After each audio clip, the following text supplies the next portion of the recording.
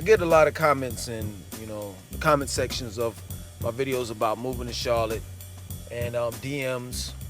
I get a lot of messages in, my Yahoo Mail account, and a lot of questions, man. I answer most of the time, while others I tend not to, because I just think that personally it's an obvious answer to it. You understand? Like it doesn't take like a rocket scientist to figure it out. And I'm not trying to be sarcastic.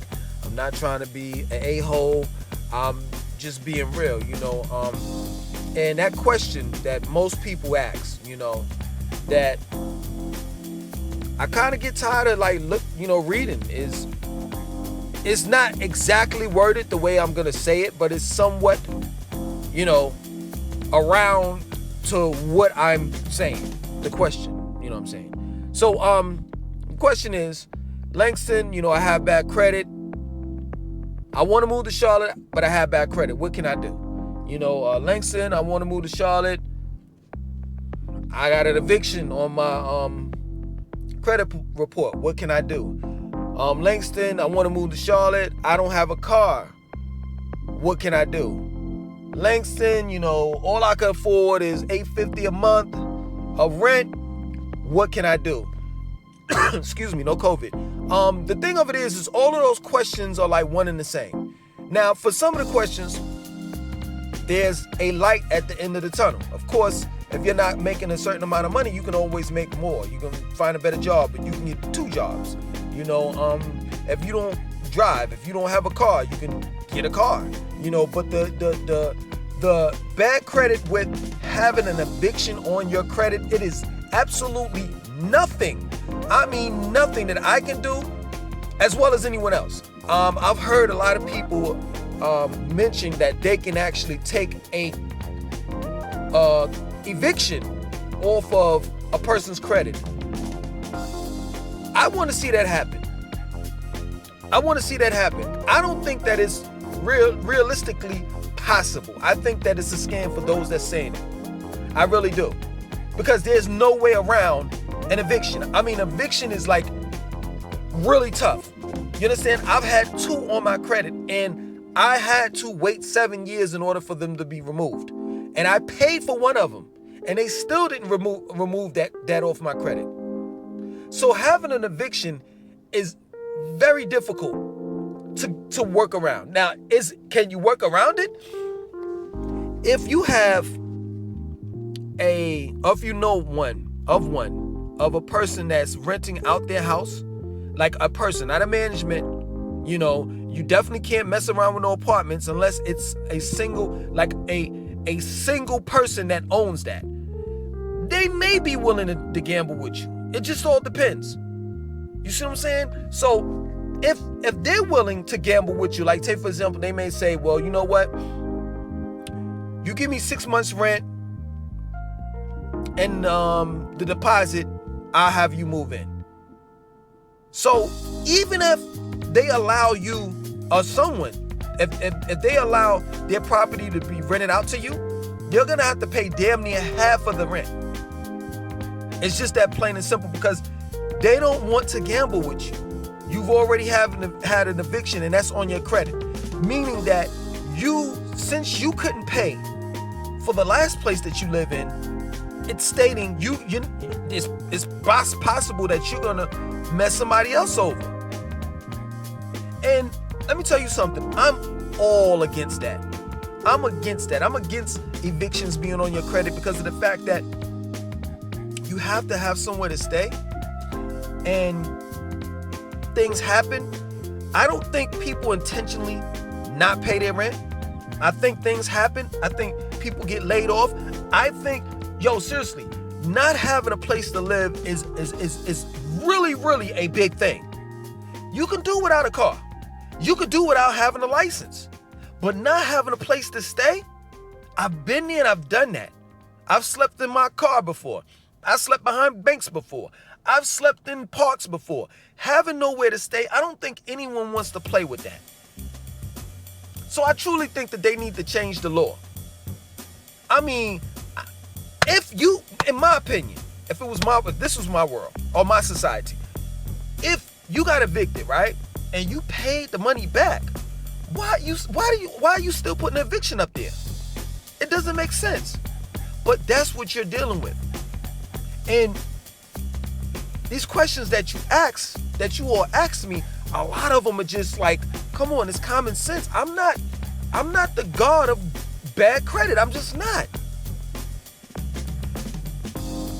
It's like, I'm gonna put it to you like this. The type of questions that I get, the energy that I get, it's like you first started out, like this is your first apartment, this is your first house or whatever, because you all ask questions like, well, you know, I filled out an application and they're saying that you got to make 3 times the rent and you got to provide, you know, you got to provide information as far as your job and where you work at and all of that. And I'm like, that's your typical application. And then you all are asking me like, well, what can I do to work myself around it? Well, you're going to have to figure it out. Because let me tell you something. I didn't ask. When I had to fill out the proper information and go through the paperwork to get this house, let me tell you something. I didn't ask anybody. I just did what I had to do. If you get my drift. And for that, I can't go down. I can't take you there. You're going to have to figure it out. That plain and simple. I can't afford me telling you something and you go and do something and fuck some shit up. And then next thing you know, everything is messed up for everybody. No, in certain ways you can work yourself around that. You all are smart enough, you figure it out yourself. Period. I had to. Nobody was there with me with those two evictions on my credit. Nobody was there with me when I was sleeping on the couch. You know what I'm saying? Of somebody else's house. Didn't have a license. Had to catch the bus. Nobody had to walk to the bus stop. Nobody was there for me like that. I can't do but so much. And I would think that it ain't but so much that you all would ask of me to do. That plain and simple. But yeah, man, you know, I don't agree with this whole bad credit thing.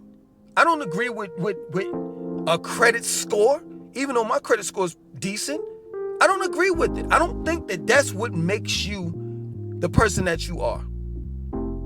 Just because you have a credit score of a 850, that doesn't mean that you're a good person. That doesn't mean that we're going to trust you, that we should trust you. Not in my world. So I don't believe in the bad credit, the credit score, the whole having an eviction on your credit, repos. And I don't believe in none of that stuff. But this is the society that we live in. And the thing of it is it comes to a point where you have to take full responsibility of your actions. And most times we bite off more than we can chew. We live in places that we know we can't afford to live in. We drive cars that we know we can't afford to drive. We party, we wear clothes and have a lifestyle that we know we can't afford to have. But we're always trying to keep up with the Joneses. Always. And this is the reason why I'm so hard with the Northerners pause. Because of the fact that you all get dressed up. Come down here, have the nerve to say, yo, Langston's country is shit. He be wearing flip-flops and tank tops and shorts looking like he going to the beach every day. Right? You come down here and you visit me and you like, yo, you country, da-da-da-da-da. But at the same time, you go, and why you coming? You coming to visit me, right? We cook it out in the backyard, the front yard, the garage. You can park your car in the garage and shit. The house is spacious enough. You got room, you got wiggle room. But you telling me I'm country, but you go back to New York and you sleep on the 14th floor of the projects. You got a whole wardrobe of clothes, but living in a shitty ass place. Pissy hallways, pissy elevators, which makes no sense to me. And if you're not living in that type of environment, you living in these duplexes and nobody's really staying in no brownstone. Y'all can't afford that. But you shitting on me. But y'all are living the way that you all are living, which doesn't make no sense. You living above your means. Take care of your priorities first.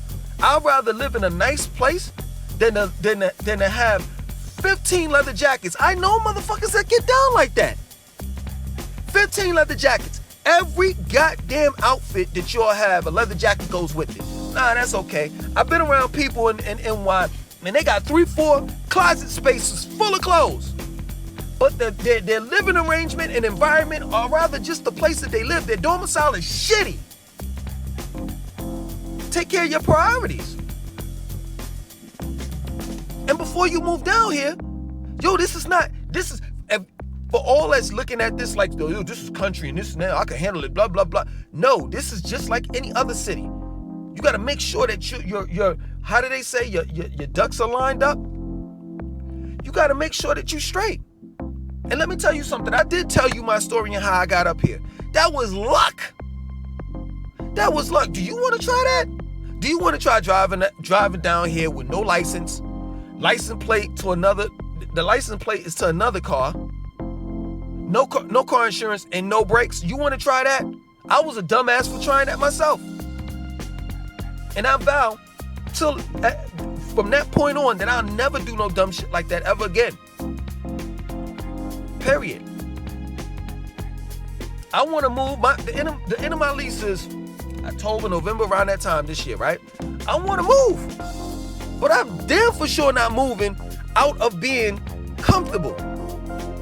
I'm not willing to give up me being comfortable to move somewhere else and struggle. That's not going to happen. I'll wait a year, 2 or 3, however long it takes for me to get my money up in order to move and be comfortable wherever I'm moving at. I'm not going to make no dumb sacrifices in order to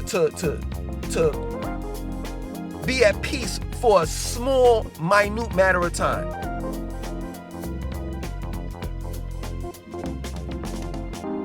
I'm not that desperate anymore, man. I'm going to play this shit smart. I have kids, so whatever decisions and mistakes that I make, it's not only going to affect me, it's going to affect my children.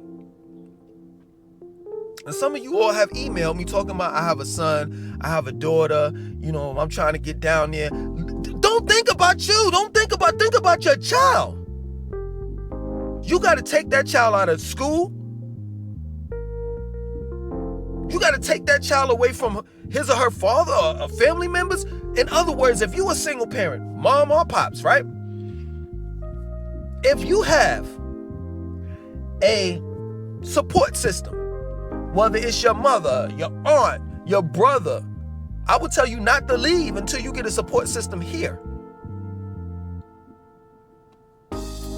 Period.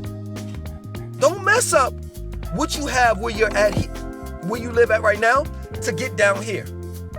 Don't do that. Make sure that you're stable for whatever stability is worth, because we know that stability is, in 2021, there ain't really no such thing as stability, especially when we've seen this COVID hit and how it devastated our economy and took away jobs, and now you have middle class people that were making $50,000, $67,000, $70,000 a year, and in total, married, and the mom was bringing in 80 and the pops was bringing in 70, making a total of $150,000 a year. You see what happened? That's another thing for you all that got jobs, you know what I'm saying? And you're going into, corporate America or whatever have you, and you making some good money, and you saying to yourself, you know what, I want to upgrade. I want to go, instead of moving into an apartment, I want to own a house. So instead of having that Honda Accord, I want to have a Mercedes, $70,000 Mercedes Benz. No, don't do that. Because guess what? Just because you're making $50,000, $60,000, $70,000 or more today, that doesn't mean tomorrow that you're going to make that. So play it safe. Play it safe. That's the way, that's in all actuality, it's going on 15 minutes. That's basically what I'm trying to say. Regardless of whether you have bad credit, good credit, no credit at all, play it safe, play it smart and safe. Straight up. Because you definitely don't want to get down here and say, you know what, I'm living in Charlotte now. Oh man, I see this and I see that, and you can't do shit. I remember those days. I remember every day I went to the YMCA. That's the only thing I could afford. And I ain't have no license, and the mother of my children had to pick me up and drop me off. And every day we had to get on 77 and go straight up to YMCA Dow. Every day I had to pass. This is in the summertime. Wasn't as bad as in the winter because Carowinds is closed. This is in the summer. Every day I had to pass by Carowinds, seeing the roller coasters go up and down and hearing people go, ooh, yelling and shit. Driving past that and then making that left, you know what I'm saying, to go further into Still Creek. And right at that left, the water park is right on the side, on the right-hand side, and seeing the reaction of my children, knowing that they can't go because daddy can't afford it. So don't get down here and wind up suffering. You looking at my videos and shit. I'm at Whitewater Park. I'm at Carowinds. I'm chilling out in Freedom Park. You know, I'm at Optimist Hall. I could do these type of things because I have the money to do it. Now I do. But before I didn't. Don't get down here and live through my videos. Next thing you know, the only thing you can afford is Netflix and some microwavable popcorn. And you saying today I'm gonna binge off of Langston 2092 videos because I saw that he went to Whitewater Park that weekend, Carowinds that weekend, to the mountains that weekend, to the zoo that weekend. Don't do that. Don't torture yourself. Make sure you got your shit straight, and then you bring your ass down here. Hey, listen, man, I hope that this is, of some help to you all. I meant no harm and no disrespect. It's just that at the end of the day, hey, listen, this is tough love. I wish somebody would have told it to me like I'm telling it to you when I needed it. Other than that, I want you to like, comment, subscribe, and definitely share this video.